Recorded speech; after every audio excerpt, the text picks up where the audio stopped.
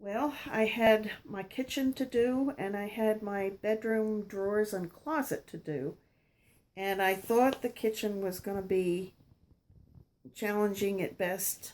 And it took us only 4 hours to do the kitchen. I was very surprised. I had things that uh, I hadn't seen in years that I was very happy to donate.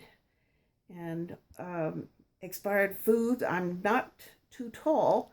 So the food that expired was on the top shelf in the back, and we just routed everything out and got the food taken care of, and got the kitchen organized, got my cleaning closet organized.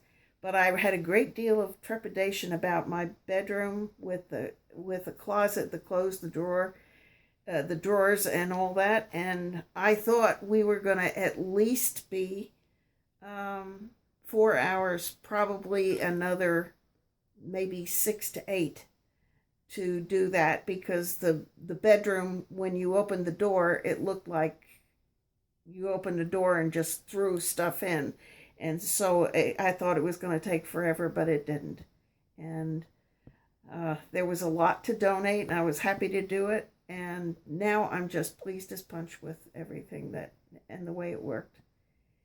It's really great.